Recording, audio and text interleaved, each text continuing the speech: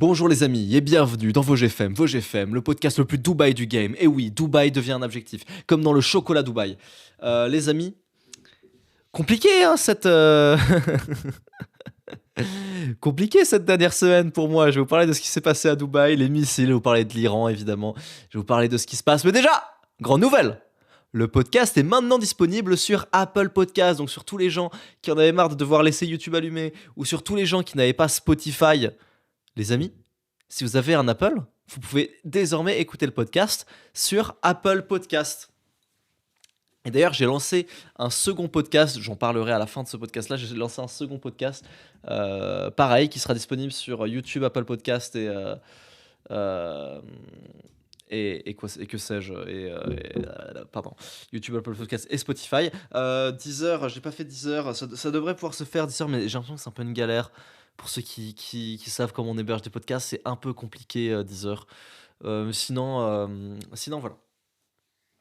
Alors bon, ah oui, c'était mon anniversaire aussi. Avant de parler de Dubaï, c'était mon anniversaire. Donc déjà, merci à quelques personnes qui me l'ont souhaité. Il y a des gens qui m'ont souhaité avant, sans que j'en parle. Alors, je sais que Kélian a fait une story et du coup, des gens m'ont souhaité après. Mais il y a des gens qui, avant que Kélian fasse sa story, m'ont dit ouais, bonne anniv Loan. Il y a eu genre 5-6 personnes qui m'ont envoyé un message pour me dire bonne anniv. Je sais pas comment les gens sont au courant. Je sais pas si les mecs ont une date dans leur calendrier, genre anniversaire de Loan, ne pas oublier de le souhaiter. Je vous remercie. Moi, j'ai carrément oublié. Il y a plein de moments où genre ma mère est venue me voir, ouais, bonne anniv et tout. J'ai pas répondu. Ma sœur a oublié mon anniv alors qu'on était à côté. Mon père a oublié mon anniv alors qu'on s'est vu. Tout le monde a oublié mon anniv. Même moi j'ai oublié mon anniv. Mais je m'en fous, hein. J'en tiens évidemment par rigueur, hein. Je fais pas partie des gens qui sont en mode quoi? T'as oublié ma date de naissance? T'as oublié mon jour d'anniversaire? On n'est pas vraiment des vrais potes. Je pense que ça n'a aucun rapport. Bref, voilà. Bon, on va parler de Dubaï. Mais d'abord, j'avais noté un truc. Femme Togo, j'avais noté ça, j'avais noté dans mes notes Femme Togo. Parce que je voulais parler de Femme Togo. Ah, je devrais pas rire, c'est super grave. Donc Femme Togo, c'est un rappeur, j'en ai parlé en plus dans ce podcast de Femme Togo, j'avais bien aimé son album et tout. C'est un rappeur, encore un, encore rappeur, qui, euh, qui est pédophile en gros. T'as plein de gens de son groupe là qui ont fait un communiqué pour dire que oui, il faut le cancel, Femme Togo c'est une grosse merde. Euh, c'est un pédophile, il a couché avec un mineur de moins de 15 ans. Parce que c'est un pédophile gay. Ce qui est absolument pas plus grave. C'est pas plus grave. Et c'est pas moins grave non plus. Mais voilà, je précise. Parce qu'il y en a qui se disent comment ça, c'est un rappeur, il a couché un. Oui, oui, oui, parce qu'il est gay. Parce que dans ce podcast, on est tellement hétéro que tu sais, des fois, ça nous. Je sais pas ce que je raconte. Bref, voilà, donc c'était un pédophile tout court. Je sais pas pourquoi je précise gay, pédophile tout court. Gay ensuite, tu vois, dans un second temps, gay, mais d'abord pédophile. Et qui avait du contenu pédopornographique sur son téléphone, chez lui, et qui regardait ça. Mec, c'est trop chelou, je suis désolé. Je suis désolé. Et en même temps, on aurait pu s'en douter quand même. Non, non, non, on va dire que je suis fou, mais franchement, vous avez écouté l'album? Eh, il- c'était bizarre quand même. Sans vouloir. C'était un peu. On aurait pu s'en douter, quoi. Il y a des trucs, je me dis, frère. Il y a des moments, je me dis, mais mec, mais. Déjà, tu vois, de la pédopornographie, tu te dis, mais frère, comment t'as ça, même? Qu'est-ce que tu tapes sur Google pour. Oh non, c'est horrible. Mais tu vois ce que je veux dire? Genre, comment tu te retrouves avec ça sur ton ordi? Genre, qu'est-ce qu'on tape sur un site porno? Non, non, vas-y, en vrai, non, c'est trop une dinguerie ce que je vais dire là. Ok, blague annulée. Blague annulée. Mais c'est bizarre, déjà, comment t'as ça? Comment t'as ça?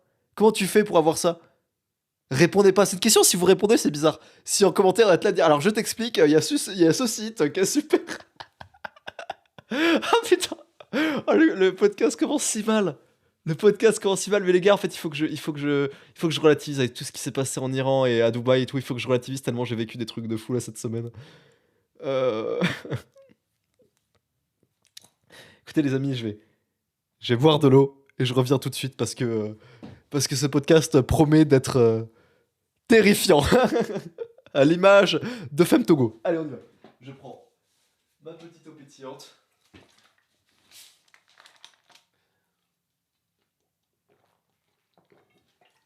D'ailleurs, j'aimerais faire une spéciale dédicace à Malou. sur YouTube Maxi, qui est un youtubeur rap, qui a fait une vidéo là d'ailleurs sur Femtogo. En fait, il a rejoint Maxi il y a même pas un mois. Il a fait 3 vidéos. Et là, sa troisième vidéo, toutes les vidéos ont fait plus de 10 000 vidéos longues, hein. Dès la première vidéo, il a fait genre 15 000 vues. La seconde, il a dû faire 20 000. Et là, la nouvelle, il a fait 60 000 en quelques jours là. Et vraiment, je pense qu'on a l'avenir du YouTube Rap FR. Sachant qu'en plus, c'est que des mecs qui se touchent les couilles. C'est Malou, qui est sur YouTube Maxi, qui a rejoint YouTube Maxi il y a un mois, qui fait 3 vidéos et qui est déjà super fort. Là, il a fait une vidéo sur Femtogo. Elle a combien de vues? Je crois qu'elle est à. Je vais regarder ça tout de suite. Euh, Après, c'était vraiment le sujet tapine, mais en même temps, il avait déjà prévu la vidéo avant qu'il y ait le truc qui sorte. Du coup, il l'a remis. Ouais, vidéo à 60 000 vues là en quelques jours. Femtogo, l'art de niquer sa vie sur un plot twist, donc bien joué à lui. Et donc, voilà, grosse dédicace à ce mec-là. Il est super fort. Je pense que si vous aimez le rap FR, n'hésitez pas à vous abonner à sa chaîne. Je pense que c'est vraiment l'avenir du YouTube rap FR, ce mec. Et voilà. Bon. Je parle de l'Iran en premier ou je parle de Dubaï en premier? On va parler de Dubaï d'abord. Ensuite, on va parler de l'Iran. Alors, comment dire? Il s'est passé des grosses dingueries à Dubaï. Mais il s'est vraiment passé des énormes dingueries. Genre, ok, je vous avais dit dans le dernier podcast, ouais, enfin, faut que j'aille à Dubaï demain ou après-demain et tout, mais j'ai un peu la flemme en vrai. Je sens que je vais pas aimer, je sens que je vais pas kiffer, je sens que je vais pas apprécier. Déjà, première chose, très mauvaise a priori, je me suis trompé. Dubaï, c'est incroyable. Je compte m'y expatrier. Très, très, très premier degré. En tout cas, je sais pas si je vais faire, mais j'y pense vraiment fortement. C'est vraiment beaucoup, beaucoup, beaucoup mieux que ce que je pensais. Et à tous ceux qui ont des a priori dessus, comme je pouvais l'avoir, je vous invite à essayer. Ok, ensuite on va parler de pourquoi les gens aiment pas, parce qu'il y a des raisons à ça. Mais je vous invite à tester et à vous faire votre propre avis, parce que c'est vraiment pas mal. C'est vraiment pas mal. Et évidemment, je vais pas y aller tout de suite parce qu'au Moyen-Orient c'est chaud. Mais dès que c'est tranquille au Moyen-Orient, dès qu'ils nous ont mis dès que les États-Unis mettent un Reza Pahlavi bien sioniste à la tête du pouvoir en Iran et que ça devient un peu plus safe, j'irai à ce moment-là. Et ensuite, vous inquiétez pas, on va parler de l'Iran, de ce que je pense sur la situation. Vous imaginez bien que j'ai un avis sur la situation. Vous imaginez pas que mon avis est absolument éclairé comme d'habitude et beaucoup plus pertinent que ce que vous allez entendre ailleurs sur Internet. Un, parce que je suis globalement très intelligent, et deux, parce que je suis concerné. Et oui, pour une fois, je parle au nom des concernés, enfin à moitié. Après, il y en a qui vont dire non mais Lohan, t'as pas vécu en Iran, t'y es allé juste quelques fois et t'as juste de la famille. Je suis concerné. Même si je suis concerné à 50%, je suis beaucoup plus concerné que toi. Alors tu vas faire quoi là? Hein, le mec qui est pas concerné là. Alors tu vas l'ouvrir, respect ce mec pas concerné? Revenons sur Dubaï. Oui, du coup les missiles. Du coup moi juste avant je vais voir mon oncle et je fais ouais tonton qui connaît bien la situation au Moyen-Orient, qui va souvent au Moyen-Orient, qui va même de temps en temps en Iran, beaucoup plus que moi en tout cas. Moi ça va faire très longtemps que je suis pas allé en Iran, lui il y va vraiment. Allez allez peut-être une fois tous les ans, une fois tous les 2 ans il y va. Et euh, et, euh, et donc je vais voir mon tonton et je lui demande tonton, tu sais je dois partir à Dubaï, est-ce que tu penses que c'est chaud ou c'est tranquille? Il me dit c'est tranquille, mec, t'inquiète. J'arrive à Dubaï, j'atterris. Premier message que je reçois de mon oncle. Mon tonton, il m'envoie. Attendez, je vais vous lire un message. Euh, Hello, finalement, ne pars pas tout de suite à Dubaï. L'Iran tape les bases américaines des pays du Golfe. Et là, j'envoie une photo de moi à Dubaï. Je viens d'arriver. Et donc, on arrive. Premier jour, tranquille. Et puis, il y a quelques mecs qui flippent un peu. Moi, j'ai un contact sur place qui est un joueur d'échecs titré qui s'appelle Alexandre Ouhou, qui fait des vidéos, peut-être que vous connaissez. Euh, et, euh, et je lui envoie un message, je fais ouais, viens, on se capte et tout. Je sais que t'es à Dubaï et tout, viens, on se capte, on fait des games et tout. Il me répond salut Lohan, je t'explique. Là, Dubaï vient de fermer son espace aérien, donc on peut plus partir. J'arrive à frame 1, je peux plus partir. Hop là, t'es baisé. Sachant que j'avais pas pris de billets de retour, moi j'avais pris que des billets aller. Et pour se faire rapatrier, parce que tu sais, je pense que vous avez vu, il y a des Français ressortissants qui sont fait rapatrier et tout par Air France, machin et tout. il fallait un billet d'avion, ce que je n'avais pas. Du coup, je n'allais pas être rapatrié, en tout cas pas tout de suite. Je vais vous expliquer comment j'ai réussi à rentrer en France. Parce qu'en plus, juste après que je suis rentré, là, vraiment, ils ont commencé à bien taper Dubaï, des bâtiments, des civils à Business Bay, notamment. Il y a eu une tour qui a été touchée, juste au moment où je suis parti. Enfin non, il y a eu une tour qui a été touchée avant que je parte, et juste avant que je sois parti, ils ont vraiment commencé à taper dans la population, pas juste les bases américaines. Donc des gens qui disent ouais, c'est les bases américaines, c'est pas vrai. Donc je vous explique comment ça s'est profilé. Donc frame 1 en fait, l'espace aérien est fermé, vous pouvez plus ressortir. Je fais ah chiant. Je fais chiant quand même, ok chiant. Mais je me dis bon ça va et tout, voilà. Et là d'un coup, on faisait la conférence de Michael Wu. On faisait une conférence, j'étais avec Michael Wu et avec Neil B1%. Je faisais des conférences avec Michael Wu sur MS. On l'avait invité pour une conférence sur MS. Et en plein milieu de la conférence, les gens qui étaient là, je pense qu'ils se rappellent de ce moment légendaire. En plein milieu de la conférence, là, d'un coup, t'as Neil, B1% qui est à côté, dans la pièce à côté, qui met sur son téléphone une alarme, une sirène, genre. Du coup, là, on commence à flipper et tout, on commence à décamper et tout. Et t'as Neil qui fait non, je rigole, c'est moi qui ai mis et tout, machin. Donc, blague de merde, tu vois. Et donc, on est mort de rire et tout. Donc, on se réinstalle, on reparle avec les gens là dans la conf Discord et tout. Mais genre 5 secondes plus tard, et je vous jure que c'est 5 secondes plus tard, je regarde à la fenêtre, je vois une explosion. On entend l'explosion. C'est-à-dire d'abord on la voit et ensuite tu l'entends. C'est-à-dire à cause de, tu sais, genre, enfin la vitesse de son, tu vois. D'abord tu vois l'explosion, tu vois le truc, c'est quoi ça? Et puis t'entends PAM.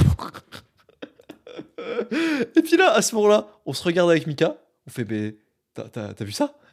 Et puis là, d'un coup, le téléphone commence à sonner.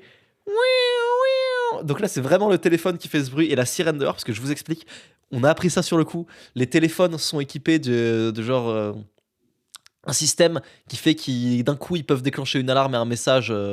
Voilà. Et du coup, là, mon téléphone, d'un coup, il se met à vibrer. Tous les téléphones se mettent à vibrer, genre super fort. Et là, je regarde l'écran.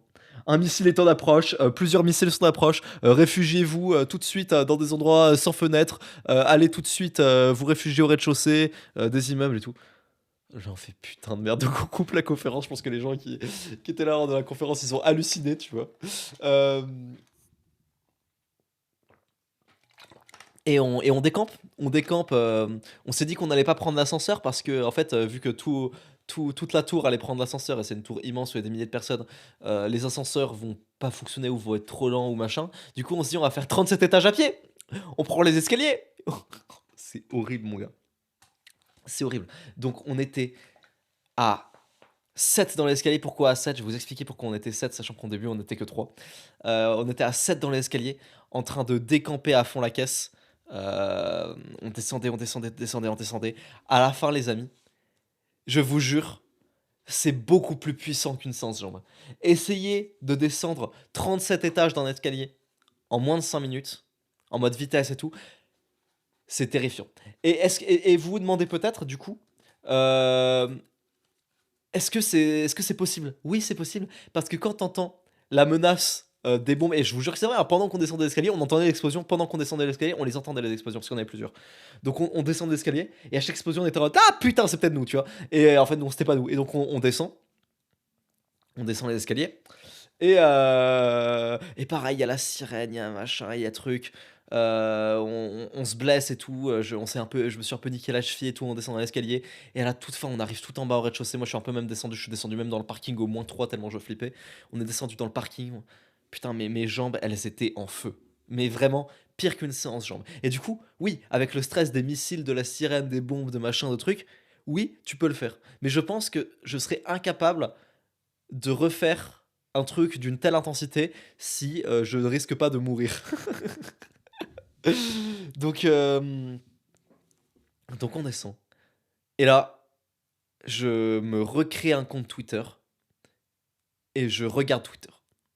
Et je me dis, qu'est-ce qui se passe? Parce qu'en fait, je vois des trucs et tout, mais à chaque fois, il y a des tweets et tout, et j'essaie d'ouvrir Twitter et ça marche pas. Donc je regarde Twitter et je me dis, putain, qu'est-ce qui se passe? Donc je suis sur Twitter comme ça, et je tape Iran, Dubaï, machin. Je vois des trucs, et ça dure longtemps, donc je suis avec Neil dans le sous-sol, on s'est un peu séparés et tout. Je sais pas où sont les autres, moi je suis dans un sous-sol avec Neil. Et là, ça dure, ça dure, ça dure, ça dure. Je suis en mode putain, qu'est-ce qui se passe? Qu'est-ce qui est en train de se passer? Ok, Dubaï frappe l'Iran. Ma mère m'appelle. Ouais, Lohan, je regarde la télé là. L'Iran frappe Dubaï, pardon. L'Iran est en train de frapper Dubaï et tout. Il y a des missiles qui se font intercepter. C'est les explosions que t'as entendues, c'est les missiles qui se font intercepter. Ensuite, les missiles retombent et ça peut causer des dommages. Je fais ah, ok, bon, ça va, c'est tranquille. Pour le moment, hein. Ensuite, il y a eu des vrais morts. Ensuite, ils ont commencé à taper les civils. Je vais vous expliquer ensuite ce qui s'est passé ensuite. Mais là, ça, c'était le début. Donc, je suis en mode, ah, bah ça va, c'est tranquille, c'est juste des débris, machin et tout. Je vois quoi? Je vois les gens qui se foutent de la gueule de Maïva Genam. On va en parler de ça, putain. On va en parler de Maïva Genam. Euh, en fait, je vois des grosses dingueries de fou, tu vois. Je vois des grosses dingueries de fou et j'ai trop peur de sortir.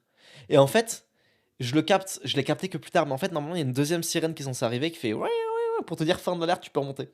Et en fait, je l'avais pas entendu. Je l'avais pas entendu parce que je crois qu'on était trop bas et le téléphone n'avait pas vibré pour le coup, pour la deuxième. Et donc, on est resté jusqu'à 5 heures du matin. Et je vais vous dire, au moins 3, donc au parking moins 3 les gars, t'entends quand même les explosions. Et non seulement tu les entends, mais tu les entends fort, les explosions. Et donc, t'es en mode, wesh, comment ça, c'est trop bizarre et tout. Donc, je suis là sur Twitter, je suis avec Neil, je suis pas bien, j'ai peur. J'ai vraiment peur, hein. Je comprends qu'en vrai on est un peu sans danger et tout. Je comprends que c'est pas comme les Iraniens qui se font littéralement bombarder pour de vrai. Mais je vais pas mentir, les gars, t'entends la sirène, t'entends les bombes parce que tu les entends. T'as peur. Euh, j'ai vu Oussama Ammar et plein de gens qui disaient ouais non mais enfin ça va, il se tranquille, il se passe rien et tout. Je suis d'accord. Enfin là il se passe des trucs. Pour de vrai là il se passe des trucs. Mais à l'époque où j'étais, je suis d'accord. En vrai c'était pas dangereux objectivement et il se passait rien. Mais ça fait peur de fou. Ça fait peur de fou malade. Et moi, je comprends tout à fait les gens qui ont paniqué et qui ont eu très peur. Donc, on était en flip total. Je suis sur mon tel et là, je vois quoi? Khomeini. Voilà, je pense que vous êtes familier avec Khomeini, hein, si vous écoutez ce podcast. Khomeini, mort. Ali Khomeini, le dictateur, le guide suprême, mort. Il a été tué. Je fais wesh. Et là, je pleure. Et là, je suis avec Neil et je pleure. Et je suis en mode putain, mec, incroyable et tout. Et je me mets à chialer et tout. Et en fait, même là, j'aurais de rechialer parce qu'en fait, c'était tellement mérité. C'était vraiment un enculé de merde, ce mec. Genre, quand je vous dis que ce mec a, a fait buter des gens de ma famille, c'est pas une blague. Quand je vous dis que ce mec a causé énormément de tort, non pas seulement à beaucoup d'Iraniens, parce que c'est vrai, il a tué 30 000 Iraniens en 2 jours, mais aussi à des gens que je connais, des gens de ma famille, c'est la putain de vérité, tu vois. Donc je vois ça et je suis en putain, justice. Justice. Va te faire enculer, sale merde, tu vois. Et je suis trop heureux et je pleure en même temps et tout. Et je suis bien et tout. Mais je flippe en même temps. C'est-à-dire, c'est à la fois des pleurs de putain, il y a des bombes et en même temps des pleurs de putain, Khomeini est mort, je suis trop heureux. Tu vois, donc c'est à la fois la joie, à la fois la mauvaise nouvelle. C'est genre vraiment, bon, Lohan, je t'annonce une bonne et une mauvaise nouvelle. La bonne nouvelle, c'est que Khomeini est mort. La mauvaise, c'est que t'es en train de te faire bombarder, du coup. Donc voilà. On traîne dans le sous-sol. On rencontre des gens. On parle un peu aux gens. Il y a quelques gens qui sont un peu terrifiés et tout. Donc on discute avec eux, machin. Et au bout de quelques heures, bah, on se dit, bon, il n'y a plus de bruit, ça fait 2 heures qu'il n'y a plus de bruit, et viens, on remonte. Donc on remonte, on dort, et on est un peu en mode, mais qu'est-ce qui vient de se passer? C'était complètement surréaliste ce qui vient de se passer. Et ensuite, quasiment tous les jours, une fois par jour minimum, parfois 2 fois par jour et parfois même 3 fois par jour, quasiment tous les jours, une fois par jour minimum, à des heures qui pouvaient varier, souvent c'était entre 10 heures du matin et 12h30, souvent c'était ces heures-là, t'entendais la sirène. Et il fallait que tu décampes au plus vite. Une fois par jour. Et ça pouvait arriver à n'importe quand. Les premiers jours, je vais vous dire la vérité, c'était très compliqué de bosser. Genre, j'avais ramené mon PC pour bosser et tout. Les premiers jours, je bossais pas du tout. Parce qu'en fait, comment dire, quand t'es sous les bombardements, t'as toujours cette impression, et j'en parlais à ma mère qui a connu les bombardements aussi en Iran, tu vois. Et je lui en parlais parce que du coup, elle l'a connu, mais elle l'a connu avec la guerre Iran-Irak et elle l'a connu pendant des mois et des années, tu vois. Et en fait, c'était rigolo parce que du coup, pour elle, c'était super relatable. Ce que je disais, c'était super relatable. Elle était en mode, hey, je connais, je me rappelle et tout. Genre, un truc tout con, t'as du mal à aller aux toilettes ou à prendre ta douche. T'as du mal à aller aux toilettes et à prendre ta douche. Pourquoi? Parce que tu te dis, ok, imagine là, je me douche. Imagine au moment où je rentre sous la douche et je suis tout nu et je suis machin, ou au moment où j'ai le shampoing dans les cheveux et tout. Imagine pile à ce moment-là, sirène. T'es mort? T'es mort parce que tu décampes pas assez vite. Parce que les sirènes, en général, elles vont prévenir entre 2, 3 et 8 minutes. Avant, parfois c'est 8 minutes parce que t'as de la chance, avant que le missile arrive. Mais parfois c'est 2 minutes. Et t'es au 37e étage. Et les ascenseurs sont bouchés. Et t'es sous la douche. Et t'as du shampoing dans les cheveux. Et en fait, tu te dis putain, mais il faut vite que tu te réfugies au rez-de-chaussée ou au sous-sol. Et, euh, et en fait, tu peux pas parce que t'es sous la douche. Même chose, imagine, tu veux faire caca. Tu veux faire caca, tu te poses, t'es en train de pousser, t'as le caca qui est à moitié sorti, et là, bam, une sirène. Comment tu fais, tu vois? Et c'était la même chose, pareil. Du coup, j'arrivais pas à travailler. Les premiers jours, j'étais en mode putain, ça sert à quoi de travailler? Parce qu'en fait, déjà, je vais pas être concentré parce que j'aurai toujours peur. Et au moment où je vais me mettre à travailler, ça se trouve, il y aura un missile. Et c'est là où c'est fort, c'est que les missiles, c'est tout le temps le moment où tu t'attends le moins. Il n'y a jamais eu une fois un missile au moment où il s'y attendait. Et à chaque fois qu'on commençait à oublier les missiles, à chaque fois qu'on était en mode ah cool, venez on fait une partie de basket et on est allé faire un basket dehors et tout. Machin, c'est toujours à ces moments-là. C'est toujours à ce moment-là où tu oublies le plus les alertes. C'est à ce moment-là qu'il y a les alertes et que les missiles arrivent. Je sais pas comment ils font ces enculés d'Iraniens de merde. Et en plus c'est chiant, ça te plombe, ça te plombe du temps parce que ça va durer, on va dire, entre 30 minutes et 1 heure. En moyenne, c'est 40 minutes. 40 minutes où t'es au sous-sol, où tu peux rien faire. Et il faut attendre la deuxième alarme pour remonter, tu vois. Il y a une deuxième sirène qui va venir et ça prend toujours 40 minutes. Quand c'est une fois par jour, ça fait 40 minutes dans la journée. Quand c'est tous les jours, c'est 40 minutes par jour. C'est un 24e de ton séjour quasiment. Il y a des fois même, c'est 3 fois par jour. Donc 3 fois 40 minutes par jour au sous-sol. C'est chiant de ouf, tu vois. Bah, parfois, t'es en train de dormir, hein. Parfois, t'es en train de dormir. Pouh, tu descends. T'es à moitié éveillé et tout. La sirène, c'est terminé. T'apprends que tel autre tour a été touché. Pas la tienne, mais une autre, tu vois, qui a été touchée. T'es en mode, putain, ça aurait pu être la mienne. Tu remontes et tu redors et t'essayes de dormir. Alors au début, tu dors mal. Puis ensuite, tu t'y fais. C'est... Franchement, honnêtement, il y avait peu de risques. Parce qu'encore une fois, il y a eu quelques morts, mais il n'y en a pas eu beaucoup. C'est des retombées de missiles et tout. Ok, d'accord. Même, in fact, t'as plus de chances de mourir dans un accident de voiture. Je suis d'accord. Je suis d'accord. Les missiles font très peu de morts en général. Genre, voilà, je suis d'accord. Mais t'es pas bien. Tu vis pas bien. Je veux dire, même en Iran, on va parler un petit peu de ce qui se passe en Iran, les bombardements en Iran. Les bombardements en Iran ne font que très très peu de victimes civiles. Très très très très très très peu. Tu vois, genre peut-être on est sur moins de 1000, sur moins de 1000 victimes civiles avec tous les bombardements qu'il y a eu. Il y a eu 10 000 bâtiments détruits. Il y a eu moins de 1000 victimes civiles parce qu'en gros, pareil, ils reçoivent un message un petit peu avant les bombardements. Ok, si vous êtes dans telle zone, partez vite parce qu'on va bombarder telle zone. En fait, c'est tellement. Enfin, c'est juste beaucoup moins que le gouvernement de base en Iran, tu vois. Ça veut pas dire que je valide les bombardements. On va parler après de ma position sur ce qui se passe, sur Trump, sur tout ça. On va en reparler après. C'est une position que vous n'avez pas entendue nulle part, si vous demandez. Et et t'es en mode wesh, wesh, comment, comment c'est possible, tu vois. C'est pas que c'est dangereux en soi, genre en soi, c'est pas dangereux. Là, ces derniers temps à Téhéran, enfin en Iran tout court, il y a eu plus de morts d'accidents de la route que de morts sous les bombardements. C'est vrai, tu vois. Malgré tout, c'est terrifiant. C'est terrifiant. Donc même si en vrai, t'es rationnel, t'es factuel, il y a très peu de chances que la bombe arrive sur toi ou que le débris arrive sur ta gueule, tu flippes et t'es pas bien. Donc, c'était super désagréable à vivre. Et malgré tout, j'ai adoré Dubaï. J'ai adoré Dubaï parce que non, attendez, attends, d'abord, faut que je dise un mot sur Mathis Chloé, hein. Lui, il va pas s'en sortir indemne, Mathis Chloé. Donc, donc il y avait plein de gens sur Dubaï, il y avait plein de Français qui sont à Dubaï, que vous connaissez peut-être, un gars qui s'appelle Mathis Chloé, qui fait du business, machin et tout, voilà. Et que je connais, que je salue, hein, de qui j'ai déjà parlé plusieurs fois. Mais mec, mais ce mec, c'est comment faire paniquer les gens, quoi. Comment faire paniquer les gens? Un moment, on reçoit un message. On était tranquille, posé au resto. Ouais, tous ceux qui sont sur Dubaï, partez vite vers Oman. Oman, c'est la zone de guerre, frère, le truc con, quoi. Partez vite vers Oman et tout, louez un taxi, allez-y, machin, foncez. Il y a plein de Français qui sont partis à Oman dans le désert et tout. C'était encore, ce qui était objectivement encore moins safe, parce que t'étais plus proche des bases américaines qui voulaient taper. Et genre, t'es en mode, enfin, et je vous jure qu'on a reçu ce message de Mathis Clouet. qui a été. Ils vont raser Downtown. Ils vont raser Dubaï. Partez vite. Mec, mais comment faire paniquer les gens? Genre en mode, ouais, j'ai des infos, machin et tout. T'as Mathis qui disait, frère, Keo.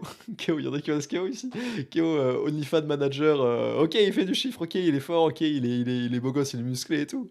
T'as Mathis qui me dit, ouais, il y a Keo, il a dit. Mathis, c'est pas Mathis Chloé, c'est un autre Mathis, hein, je précise. Ouais, il y a Keo, il a dit, il faut se barrer et tout, il s'est barré, il est parti, machin. Keo, il pèse et tout, il a grave des infos, il connaît des militaires, machin. Et tout. Je me dis, mes frères. Mes frères, ok, Keo, il est riche, mais. Mais c'est pas Benjamin Netanyahu, Keo, il sait pas tout en avance, tu vois. Oula, attendez 2 secondes. Ouais, excusez-moi, il y a eu une araignée, j'ai dû la buter et tout. Parce que je suis extrêmement viril, là, j'ai buté une araignée, ouais, je sais. Bref, oh putain, je me rappelle un moment, pareil, dans le groupe où il y avait tous les mecs, Mathis Chloé et tout, machin et tout. Un message. Un message sur le groupe WhatsApp avec tous les Français et tout. On était tranquille au resto, pareil, on mangeait et tout. Et là, missile en approche. Décampez vite, frère.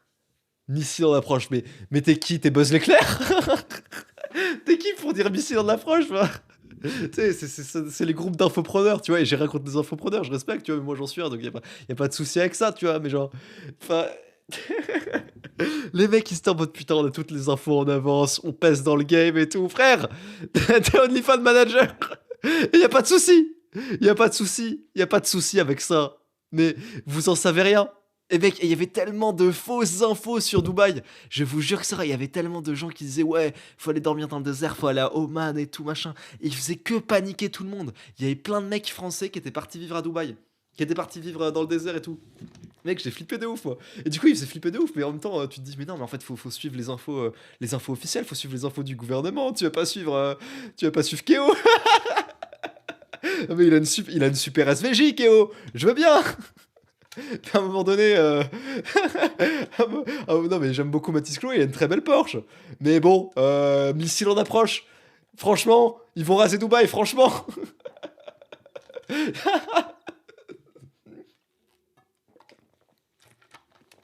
Faut pas faire flipper les gens comme ça. Du coup, je voulais vous expliquer pourquoi je disais qu'on était 7 alors qu'à la base on n'était que 3. En fait, je vais vous expliquer. Il y a un gars qui nous a rejoint, donc un autre gars qui s'appelle Mathis, qui est un autre gars qui fait du business en ligne. Il fait genre du Vinted, il achète et il revend des trucs sur Vinted, en gros, voilà. Et qui est un ami de Mika, qui nous a rejoint, qui est très très gentil, très très cool. Et un autre type qui s'appelle Adrien, qui est photographe, qui est un pote de Michael Wook.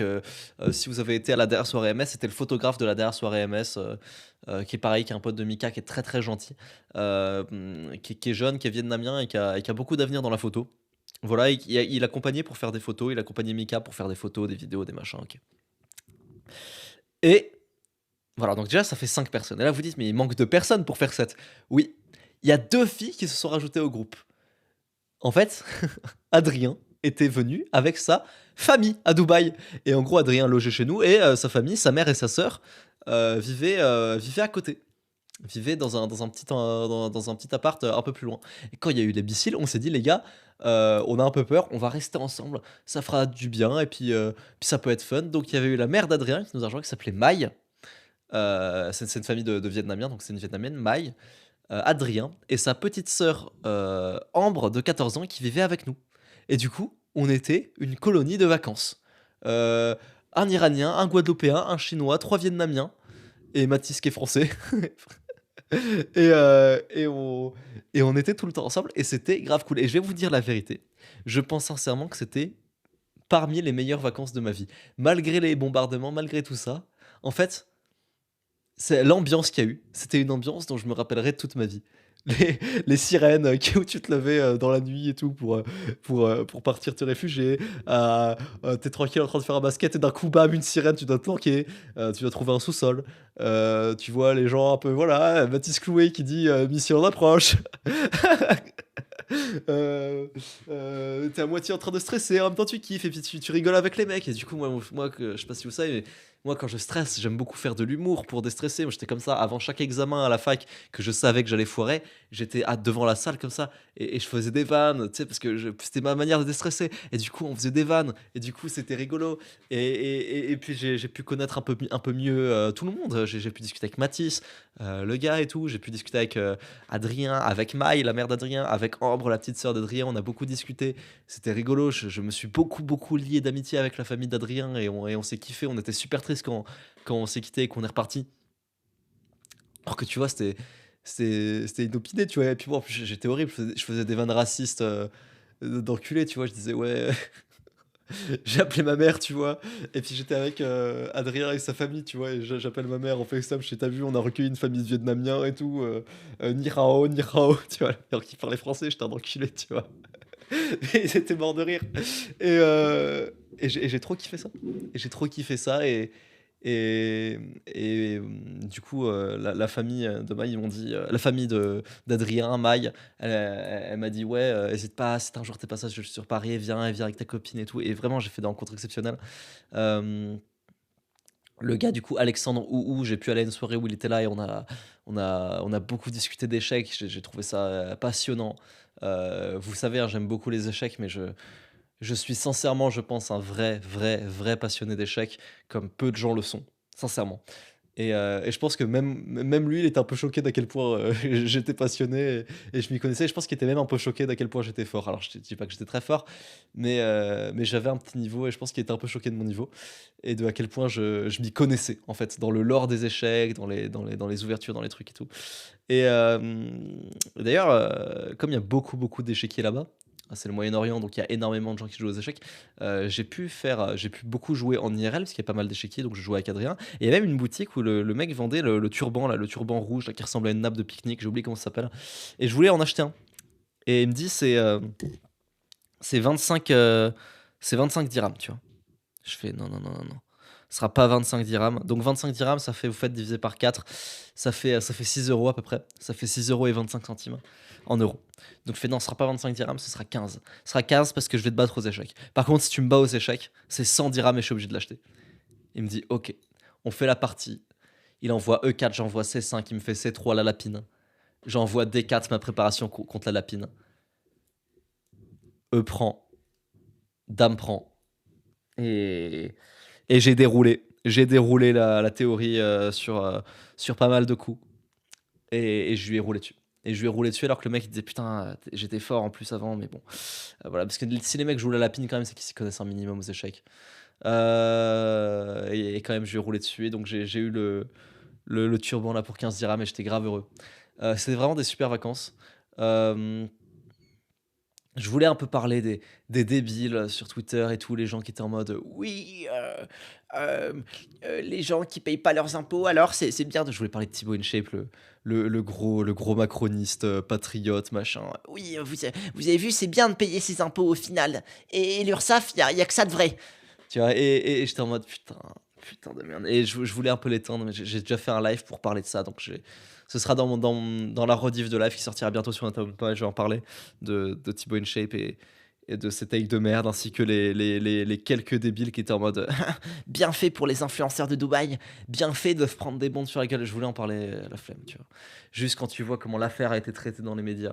Et en fait, tu te rends compte quand tu es à Dubaï, à quel point les gens détestent Dubaï. C'est vraiment quand tu y es que tu te rends compte à quel point les gens détestent Dubaï. Genre, tu vois, les bombardements, honnêtement, ça a été mal vécu parce que franchement, les bombardements, c'est toujours terrifiant à vivre. Tu vois, même à l'aéroport, à un moment, il y en a eu et tout, alors qu'on était à l'aéroport.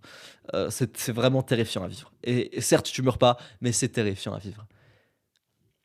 Et voir qu'il y a des mecs qui se moquent de ça. Et en même temps, tu es en sécurité. En même temps, les gens ont tellement confiance en leur gouvernement. Les gens à Dubaï sur place, on discute avec eux, tu vois. Quand on était au sous-sol et tout, je discutais avec les gens. Les gens ont tellement confiance en leur gouvernement que tu es en mode putain, c'est beau, tu vois. Et en fait, on aurait pu parler de tellement de trucs. Le fait que Dubaï, ça n'a pas de chance. Dubaï n'a pas de chance. Dubaï a décidé de spawn en plein milieu du Moyen-Orient, en dessous de l'Iran. Et contrairement à ce que les gens disent, ils n'ont pas de pétrole. C'est pas pour ça qu'ils sont riches, c'est parce qu'ils ont vraiment une bonne politique libérale qui fonctionne très bien. C'est pour ça qu'ils ont beaucoup d'argent. Preuve que le libéralisme absolu, ça marche, hein. Ça fait des endroits comme Dubaï. Euh, et, euh, Et malgré tout, ils ont pas de chance parce qu'ils se font bombarder par l'Iran. Et tu vois ça, et t'es en mode putain de merde, quoi. Genre, la France, on a tellement une inertie de 2000 ans de trucs stylés, de conquêtes, de guerres, de ressources qu'on a réussi à avoir et tout. 2000 ans de trucs stylés. Et on a une telle inertie sur ces 2000 ans qu'on s'est permis de faire 40 ans de socialisme de merde depuis les années 70, qui objectivement sont en train de ruiner la France. Genre, la France des années 70 post-30 glorieuse et la France de maintenant, enfin, c'est le déclin, on baisse par rapport à cette période. Malgré tout, malgré tout, tellement il y a d'inertie, on peut se permettre sur le truc, et on est quand même toujours plus en sécurité qu'à Dubaï, parce que on se fait pas bombarder, parce qu'on a spawn pas au milieu du désert, parce qu'on a une histoire, parce qu'on a un patrimoine de 2000 ans, de trucs stylés. Et c'est super malheureux, mais Dubaï aurait fait un dixième de la politique économique française, un dixième du socialisme qu'on a en France, Dubaï n'existerait pas. Dubaï serait déjà éteint, serait déjà mort. La seule raison pour laquelle Dubaï existe, c'est parce que pendant 40 ans, ils ont fait exactement ce qu'il faut faire, c'est-à-dire du libéralisme absolu. Et comme eux, ils n'ont pas 2000 ans d'histoire dessus, il y a 40 ans, Dubaï, c'était un désert, tu vois. Et il y avait une usine Toyota. D'ailleurs, je l'ai vu, la toute première usine Toyota, je l'ai vue IRL. Euh, Comme ils n'ont pas ça, et bah malheureusement pour eux, s'ils font de la merde, c'est terminé pour eux. Nous, on peut se le permettre de faire de la merde parce qu'on est de base riches, tu vois. Et eux, ils sont pas de base riches. C'est pas vrai de dire que Dubaï, ils sont de base riches. Ils sont pas du tout de base riches. Ils ont pas de pétrole. Ils ont pas de grosses ressources. Euh, alors, on va parler, oui, mais l'esclavage des gens, machin. Alors, si par esclavage, vous entendez le fait que les gens peuvent travailler librement dans ce pays pour avoir un meilleur salaire que dans leur pays de base et ils ont le choix d'y aller ou de pas y aller, euh, oui, c'est de l'esclavage, mais dans ce cas, j'espère que vous dites que la France a fait pareil lors de l'Algérie à l'époque. Si maintenant vous voulez parler de ce qui se passe au Soudan, oui, c'est super grave, mais j'espère que dans la même veine, vous n'allez pas rester en France qui a fait des dingueries à l'Algérie, peut-être même des pires dingueries encore à l'Algérie il y a quelques années. Je pense que tous les États font de la merde. Tous les États font de la merde. Et résumer le succès de Dubaï par oui, c'est ça, ou c'est ça, ou c'est ça, c'est absolument faux. Tu vois, encore une fois, les Pakistanais qui travaillent là-bas, ils sont libres de travailler chez eux pour moins d'argent. Et s'ils y vont, c'est s'ils vont en âme et conscience, hein. Euh, donc c'est quand même plus avantageux pour eux quelque part, c'est qu'ils y trouvent leur compte s'ils le font, sinon ils le feraient pas. Et on a fait exactement pareil la France avec l'Algérie il y a quelques années. Et ce qui se passe au Soudan, oui, c'est malheureux, mais je vois pas en quoi c'est la faute des civils. Et je vois pas pourquoi moi j'irais culpabiliser un Français de ce que le gouvernement a fait en Algérie. Tu sais, ça n'a aucun rapport. Euh, les gouvernements font des trucs débiles et c'est pas la faute des civils, tu vois. Euh, J'espère que, en plus, la France est quand même pas mal alliée d'Israël, beaucoup plus que de Gaza. Donc, je pense que si vous êtes cohérent, vous quittez la France aussi. Mais en fait, enfin, les politiques des pays, c'est pas les civils en soi. Donc oui, Dubaï exceptionnel, vraiment, vraiment, vraiment exceptionnel. Et tu te rends compte, les gens détestent Dubaï. Tu te rends compte que les gens détestent Dubaï parce qu'effectivement, ça réussit bien, parce que c'est libéral. Et non, ça réussit pas grâce au pétrole. Le pétrole, c'est 1% du PIB de Dubaï. En fait, c'est un des Émirats qui a le moins de pétrole. Le Dubaï réussit parce que c'est super libéral et que ça marche super bien. Enfin, franchement, c'est ça. Euh, et pourtant, la réputation de Dubaï, elle est horrible. Ouais, ils volent les passeports des travailleurs pakistanais. Oui, il y a une entreprise qui a fait ça qui s'est fait juger. Tu vois. Ouais, alors les influenceuses, elles se font faire caca dans la bouche. Ouais, pareil, ça arrivait une fois. Enfin, c'est comme si nous, on disait, enfin nous, le mec qui se prend déjà pour un mec de Dubaï. C'est comme si moi je disais, ouais, la France, ce pays de pédophiles, violeurs de bébés, tu vois. C'est pas tous les Français, c'est certains, et puis ils vont être jugés, machin. Enfin, c'est complètement con, tu vois. Puis il y a une sorte de mépris de classe aussi, il y a une forme de mépris de classe. Et là, vous dites pourquoi il y a une sorte de mépris de classe, Loan. Éclaire-nous de ta lumière. Oui, il y a une forme de mépris de classe à détester Dubaï. Même si c'est des gens plus riches qui y vont et que c'est les gens plus pauvres qui vont hate sur les gens plus riches, la vérité c'est que c'est quoi? C'est Dubaï, c'est que c'est une destination d'arabes. La vérité c'est que les expatriés français qui sont expatriés en Suisse ou à Monaco, qui sont blancs, qui ont 50 ans, qui sont tout autant des paradis fiscaux, tu sais, la Suisse, Monaco et tout, c'est beaucoup plus respectable. C'est beaucoup plus respectable pour un vieux blanc de 50 ans, de pareil, hein, pour des raisons fiscales, de s'expatrier en Suisse ou de s'expatrier à Monaco. C'est beaucoup plus respectable pour lui. On va beaucoup moins le faire chier. Ça fait chier quand c'est un arabe jeune qui réussit mieux que toi. Là, ça te fait chier. Et il part à Dubaï. Là, ça te fait chier et là, tu as envie de tacler. Je crois pas que GMK se fasse beaucoup tacler parce qu'il vit à Monaco. Je pense que GMK vivrait pas à Monaco, vivrait dans un autre paradis fiscal comme Dubaï. Je pense qu'il se ferait vraiment défoncer. Et c'est par ça que euh, j'entends mépris de classe parce que, et même racisme un petit peu. Parce qu'on va pas se mentir, Dubaï déjà c'est musulman. Et moi je comprends pourquoi il y a aussi beaucoup d'Arabes qui vont à Dubaï. Ok, c'est des mecs qui font de e-com, machin et tout, et qui vont pour les impôts. Mais c'est aussi pour le truc de. Bah, c'est vrai qu'en France il y a CNews, c'est vrai qu'en France le RN il est élevé, c'est vrai qu'en France les gens me regardent mal dans la rue, ou j'ai l'impression de pas être chez moi et tout. Et, et à Dubaï, bah, les gens sont plus respectueux, c'est musulman et tout, je me sentirais mieux là-bas. Je le comprends aussi. Et on, Et du coup, c'est une forme de mépris de classe. Et c'est aussi pour ça que les gens aiment pas trop Dubaï en France, tu vois. C'est le côté. Je comprends qu'on puisse pas aimer le côté, genre, comment dire, luxe à côté de la plaque. Genre, en fait, à Dubaï, vous aurez vraiment ce côté.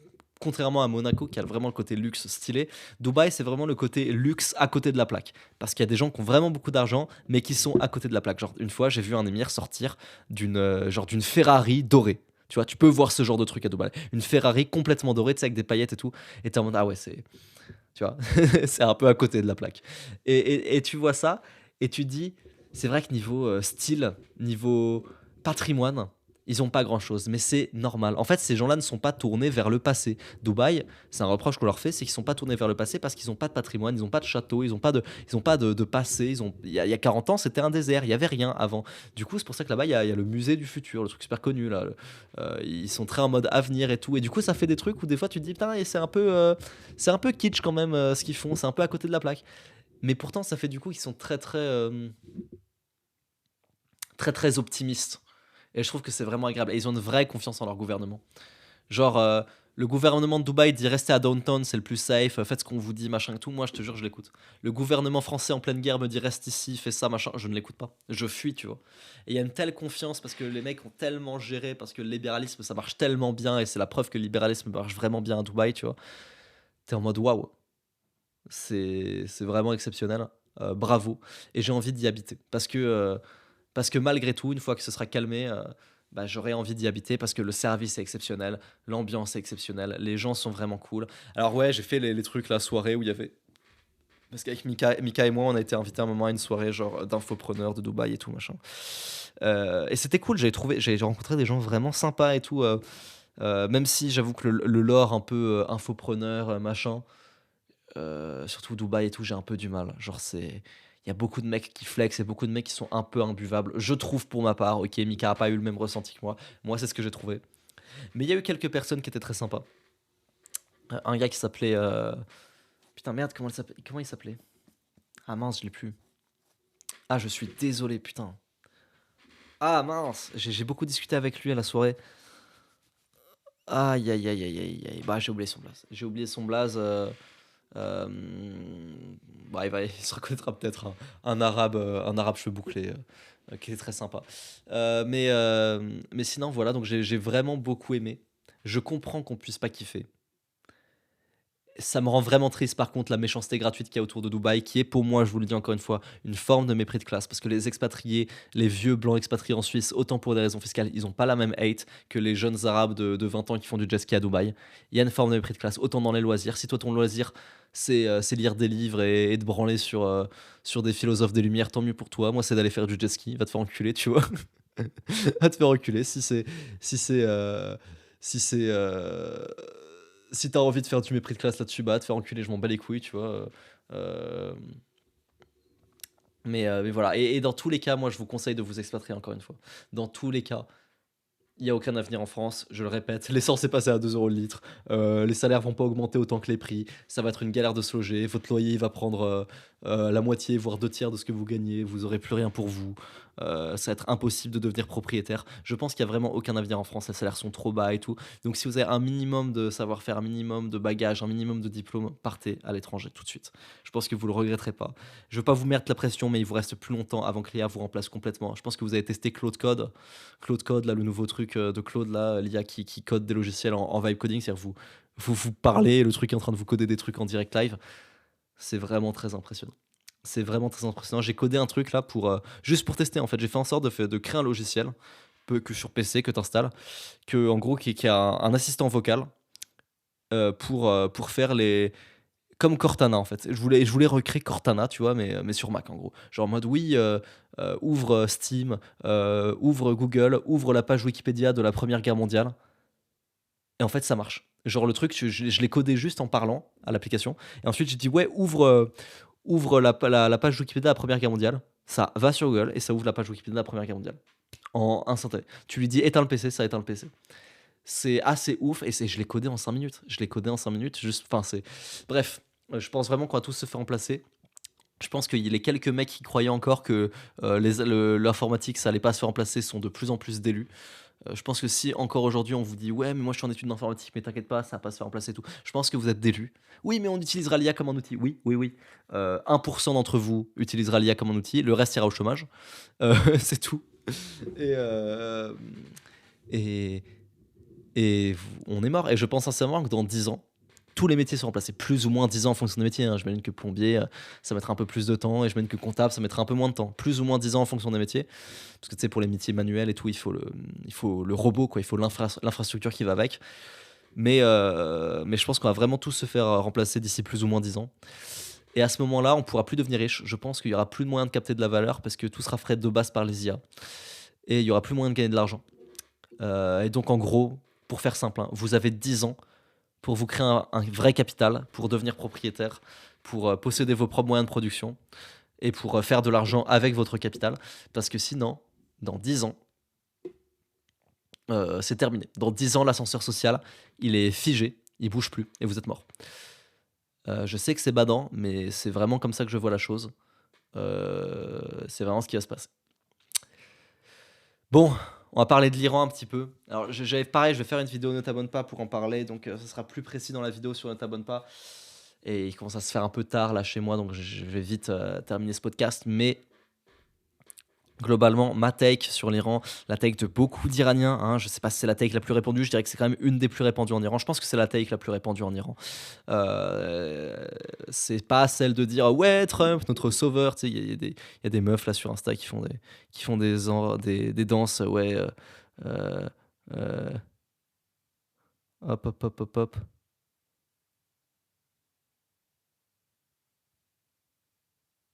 Bon, attendez, hop.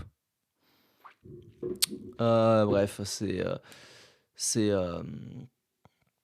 c'est ouais, Trump, notre sauveur, machin et tout, qui est pas la take de beaucoup d'Iraniens, hein, c'est la take de certains supporters MAGA, ainsi que une take un peu plus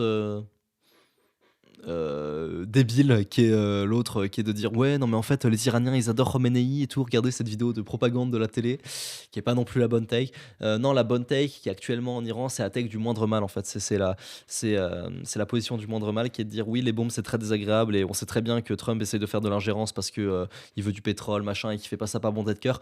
Malgré tout, s'il arrive à renverser le gouvernement, c'est toujours moins pire que le gouvernement actuel. Les bombardements, c'est toujours moins de morts que juste laisser les mollahs au pouvoir. Les mollahs au pouvoir font beaucoup plus de morts que les bombardements. Et c'est pas cool. Et l'école de petite fille qui s'est fait bombarder, c'est pareil, c'est pas cool. Mais c'est toujours beaucoup, considérablement moins de morts que le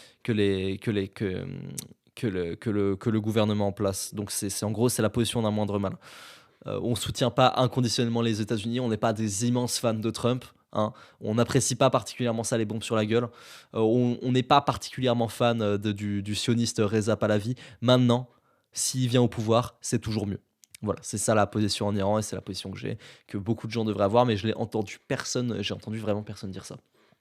Donc, donc voilà. Euh, je vais pas. Ah oui, non, si, je devais dire comment j'ai réussi à partir d'Iran. C'est très simple. J'ai réussi à partir d'Iran euh, de euh, en, en mode euh, pardon. Euh, j'ai réussi à partir d'Iran parce que pardon, de Dubaï parce que j'avais un vol pour la Suisse. J'ai réussi à partir en Suisse. Ensuite, en Suisse, j'ai réussi à trouver un bus de Genève à Lyon. Ensuite, à Lyon, j'ai réussi à aller à Metz. Ensuite, à Metz, j'ai réussi à aller à Nancy. Et ensuite, à Nancy, j'ai réussi à rentrer chez moi. C'était un peu une galère. J'ai fait ça un peu pendant toute la nuit. J'étais à entre 3 heures du matin et 5 heures du matin à Lyon. J'étais un peu du père et tout. Je vois en plus au moment où je suis rentré, où j'arrive en France, que Dubaï est vraiment en train de se faire bombarder et qu'il y a vraiment eu des vraies morts civiles beaucoup plus, tu vois. Et je suis en mode ouf, j'ai bien fait. Euh, donc voilà, le second podcast. Alors je vais créer un second podcast pour YouTube Maxi, qui est l'accompagnement que je fais avec les YouTubeurs, où je vais globalement où je vais globalement faire les études de cas. C'est-à-dire comme Stéphane Edouard. C'est-à-dire mes clients, je les prends en appel et je règle un souci avec eux et vous pouvez entendre comment ça se passe. Il y a la première qui est sortie. Tapez Lohan études de cas. C'est la première qui est sortie. C'est sur une chaîne YouTube sur le vin. Ok, c'est des gens qui ont une chaîne sur le vin et qui me demandaient comment vendre un produit par rapport à ça. Et ça dure à peu près 1 heure et je trouve ça vachement agréable à écouter. Et je vais en faire d'autres. Je vais en faire une par semaine, un podcast par semaine, une étude de cas par semaine et un podcast sur Ne t'abonne pas sur Vosges FM par semaine. Voilà, on a le compte Instagram YouTube Maxi que j'ai repris, donc n'hésitez pas à vous abonner à ce compte Instagram YouTube Maxi Endgame, c'est ça le nom.